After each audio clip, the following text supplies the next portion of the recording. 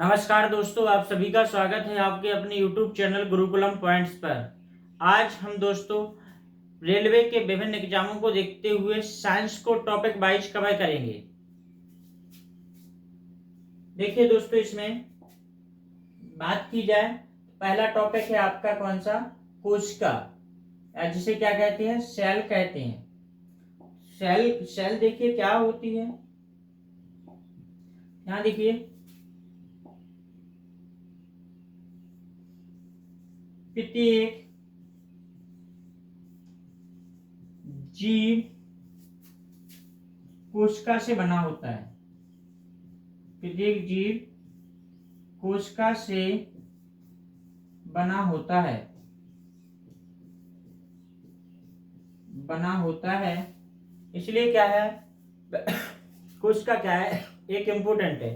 अब यहाँ अगर जीव की बात की जाए, किसकी बात, जीव की अगर बात की जाए तो जीव होता है ऑर्गेनिज्म। और यहाँ जीव में आपके दोनों आ जाएंगे, आपके क्या आ जाएंगे, पादप भी आ जाएंगे और जंतु भी आ जाएंगे।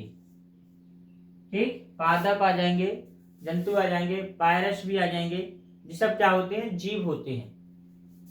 इसलिए कोशिका क्या है, एक महत्वपूर्ण टॉपिक है। अब आगे देखते हैं दोस्तों, समझते हैं कोशिका के बारे में। सबसे पहले बात की जाए कोशिका की खोज की बात की जाए, कब हुई, 1665 में। किसने की, रॉबर्ट हुक ने। कौन सी कोशिका को खोजा था इन्होंने खोजा कार्क की मृत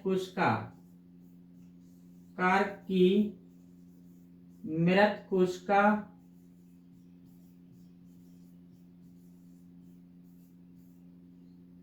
में कोशिका भित्ति को देखा।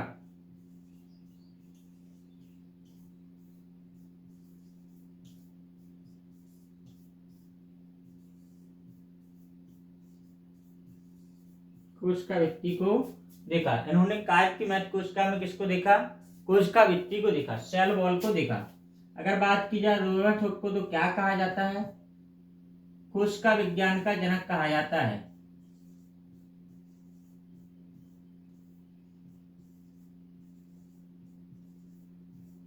कोशिका विज्ञान का जनक।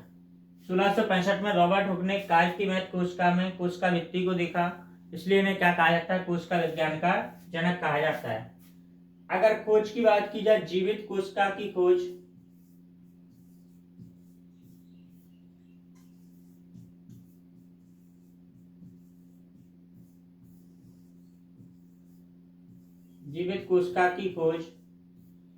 तो जीवित कोशिका की खोज कब की गई, 1674 में एंटोनी वॉन लीeuwenhoek ने की। एंटोनी वॉन लीeuwenhoek ने की।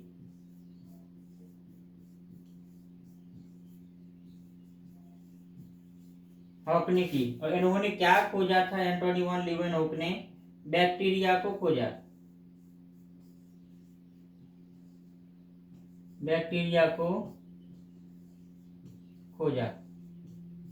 ठीक, एंटोनी वॉन लीeuwenhoek को क्या कहा जाता है, जीवाणु विज्ञान का जनक कहा जाता है।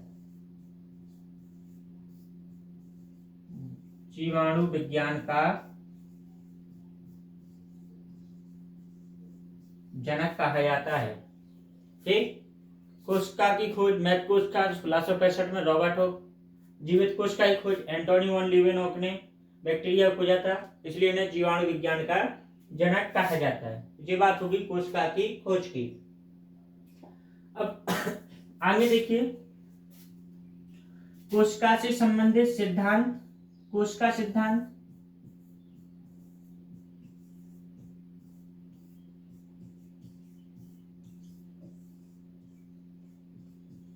कोशिका सिद्धांत, सेल थ्योरी की बात करें, कोशिका सिद्धांत किसने दिया था, तो 1838-39 में स्लाइडन तथा स्वान ने दिया था। स्लाइडेन तथा स्वान ने दिया था।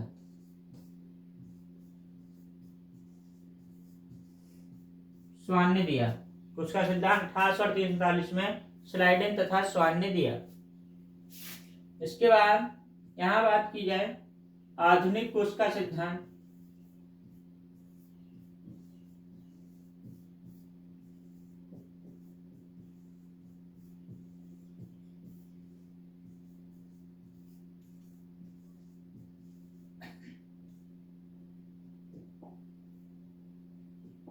आधुनिक कोश का सिद्धांत किसने दिया था? 1855 में रूडोल्फ विर्चो ने दिया। रूडोल्फ विर्चो ने दिया।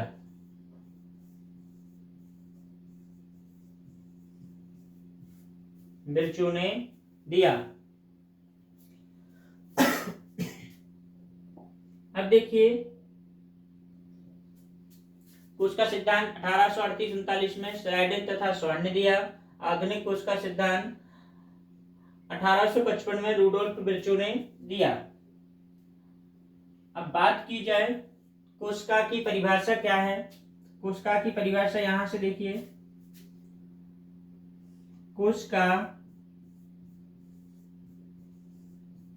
कोशिका जीवों की संरचनात्मक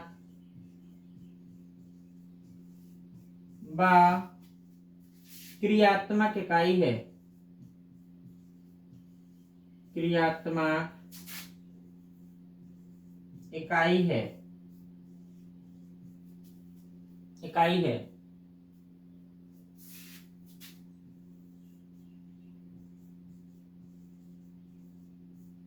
सभी जीव का निर्माण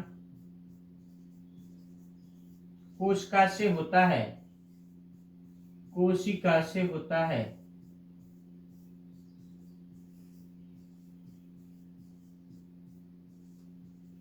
कोशिका से होता है। इतनी बात समझ में आई दोस्तों। कोशिका जीवों की संरचनात्मक व क्रियात्मक इकाई है। सभी जीव का निर्माण कोशिका से होता है।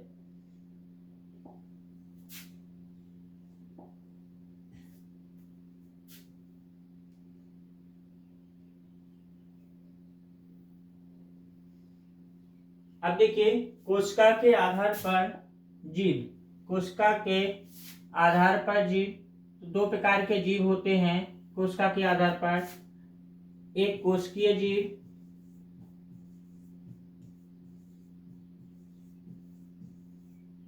एक कोशिकीय जीव, दूसरा है बहुकोशिकीय जीव।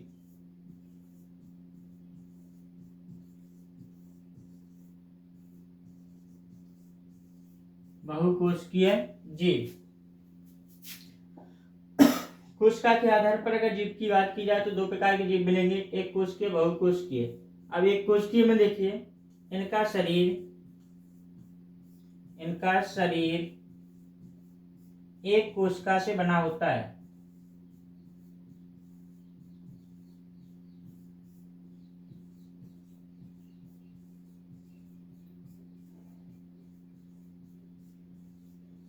बना होता है।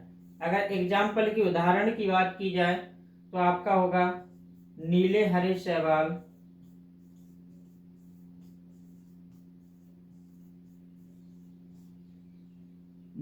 जीवाणु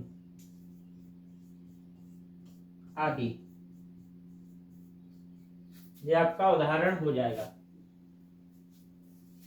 बहुकोशिकीय जीव कैसे होते हैं? ऐसे जीव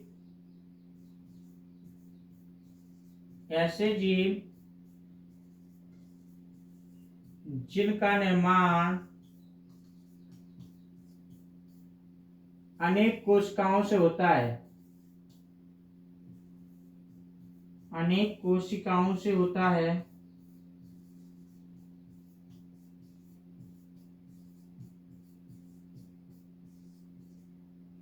अनेक कोशिकाओं से होता है। अगर उदाहरण की बात की जाए तो यहाँ पर देखिए नीले हरे शैवाल,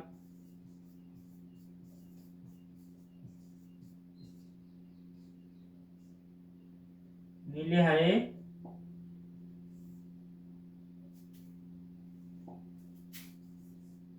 शैवाल व जीवाणु को छोड़कर अन्य सभी जीव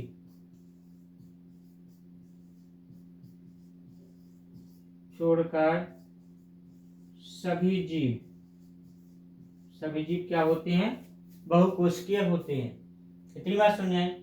कोशिका के आधार पर जीव दो प्रकार के होंगे, एक कोशिकीय, बहुकोशिकीय।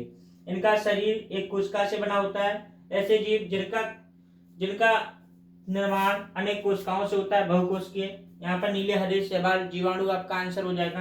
यहाँ पर क्या होगा? नीले हरे शैवाल व जीवाणु को छोड़कर अन्य सभी जीव बहुकोशिकीय होते हैं।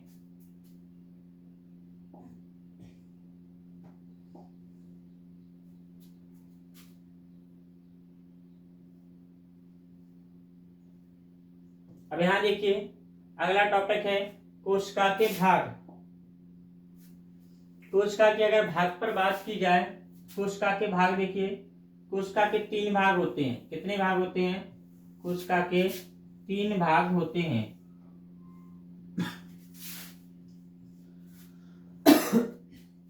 पहला भाग है आपका कोशिका भित्ति।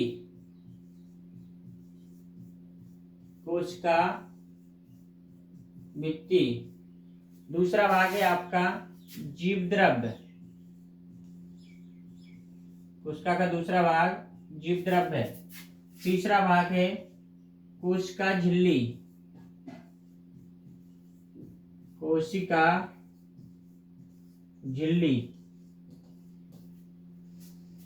ठीक, अगर इंग्लिश में बात की जाए तो इसे सेल वॉल कहते हैं। इसको कहते हैं प्रोटोप्लाज्म।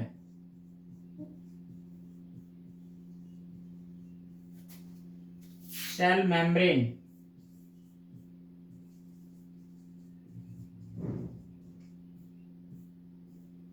ठीक, अब बात की जाए जीवद्रव्य के भागों की अगर, तो जीवद्रव्य 2 भागों से मिलकर बना हुआ है। पहला भाग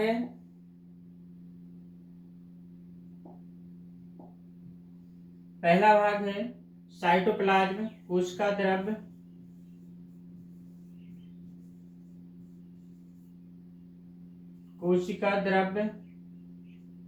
और दूसरा भाग है केंद्रक। ठीक, इसे क्या बोलेंगे? पहले वाले भाग को साइटोप्लाज्म।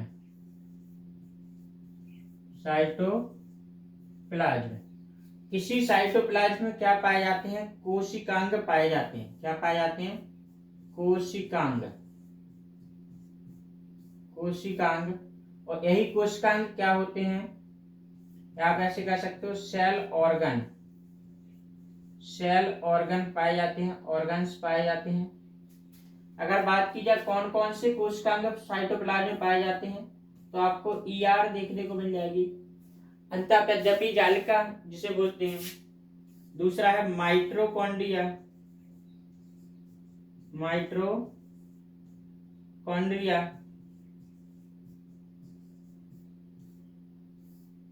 तीसरा आपको लवक देखने को मिल जाएंगे कोशिकांग में।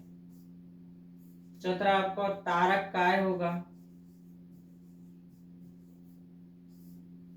और तारक काय के बाद गोल्जी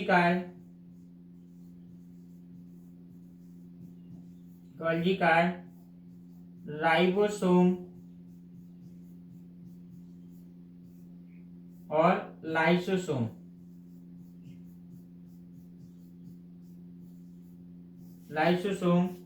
ये कोशिकांग आपको देखने को मिल जाएंगे कोशिका द्रव्य के अंदर। अब केंद्रक की बात की जाए, केंद्रक के 2 भाग होते हैं। केंद्रक के कितने भाग होते हैं? केंद्रक के 2 भाग होते हैं। केंद्रक के 2 भाग कौन कौन से होते हैं? देखिए यहाँ पर एक तो आपको मिलेगी केंद्रक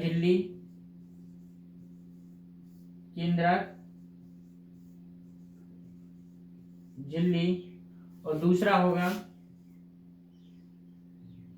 केंद्रक द्रव्य। केंद्रक द्रव। केंद्रक द्रव में आपको क्या मिल जाएगा? केंद्रक द्रव में आपको मिलेगी केंद्रिका।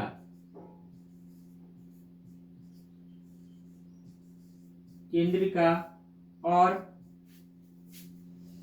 केंद्रक द्रव में आपको मिल जाएंगे क्रोमेटिन पदार्थ। क्रोमेटिन धागे, क्रोमेटिन पदार्थ आपको देखने मिल जाएंगे। इतना कोशिका के बारे में आपको अध्ययन करना है। सेल वॉल क्या होती है, जीवद्रव्य क्या होता है और कोशिका झिल्ली, इन सब के बारे में अगले वीडियो में आपको बताया जाएगा। सबसे पहले देखिए कोशिका के भाग, कितने भाग होते हैं? 3 भाग होते हैं। पहला भाग कोशिका भित्ति, दूसरा भाग जीवद्रव्य, तीसरा भाग कोशिका झिल्ली। जीवद्रव्य की बात किया तो जीवद्रव्य के 2 भाग होते हैं। जीवद्रव्य के 2 भाग होते हैं। पहला भाग है कोशिका द्रव, दूसरा भाग है केंद्रक। कोशिका द्रव्य में क्या पाए जाएंगे? कोशिकांग देखने को मिल जाएंगे, जो विभिन्न आपको कोशिकांगों के बारे में पढ़ना है, जैसे ईआर माइटोकॉन्ड्रिया, लवक तारक का है, गोल्गी का है, राइबोसोम लाइसोसोम। और केंद्रक में देखिए केंद्रक के 2 भाग पढ़ने हैं, केंद्रक झिल्ली और केंद्रक द्रव्य के बारे में पढ़ना है। दोस्तों कोशिकांग तथा कोशिका के भाग के बारे में अगले वीडियो में चर्चा की जाएगी। अगर आपको यह वीडियो अच्छा लगता है please like share and subscribe कीजिए। यह वीडियो आपकी रेलवे प्रतियोगी परीक्षाओं के लिए बहुत उपयोगी सिद्ध होगा। थैंक यू दोस्तों, आज के लिए इतना ही।